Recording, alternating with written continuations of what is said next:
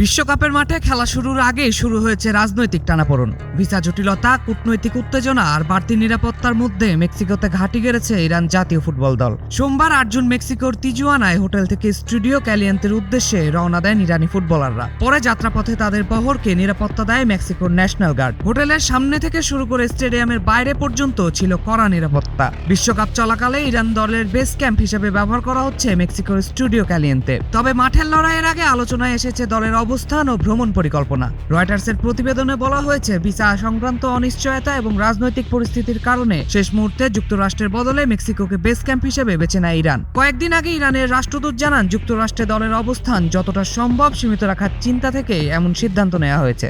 যদিও গত ৫ জুন ইরানের সব খেলোয়াড়কে ভিসা দিয়েছে যুক্তরাষ্ট্র, তবে ৭০ সদস্যের সফরকারী দলের ১৫ জন গুরুত্বপূর্ণ প্রশাসনিক সদস্য প্রবেশের অনুমতি পাননি। এ নিয়ে ক্ষোভ প্রকাশ করেছে ইরান ফুটবল ফেডারেশন। এদিকে তিজুয়ানায় স্থানীয় ফুটবল সমর্থকদের মধ্যেও দেখা গেছে ইরানকে ঘিরে আগ্রহ। এক সমর্থক বলেন, তিনি বিশেষ করে ইরানের তারকা স্ট্রাইকার মেহেদি তারমির খেলা দেখার অপেক্ষায় আছেন। গ্রুপ জিতে থাকা ইরান আগামী ১৫ জুন নিউজিল্যান্ডের বিপক্ষে ম্যাচ দিয়ে বিশ্বকাপ মিশন শুরু করবে। এরপর বেলজিয়াম ও মিশরের মুখোমুখি হবে দলটি। বিশ্বকাপের ট্রফির লড়াইয়ের পাশাপাশি এবার আসরে কি নতুন করে আলোচনায় আসবে কূটনৈতিক দ্বন্দ্ব? সে প্রশ্ন এখন ফুটবল প্রেমীদের মনে।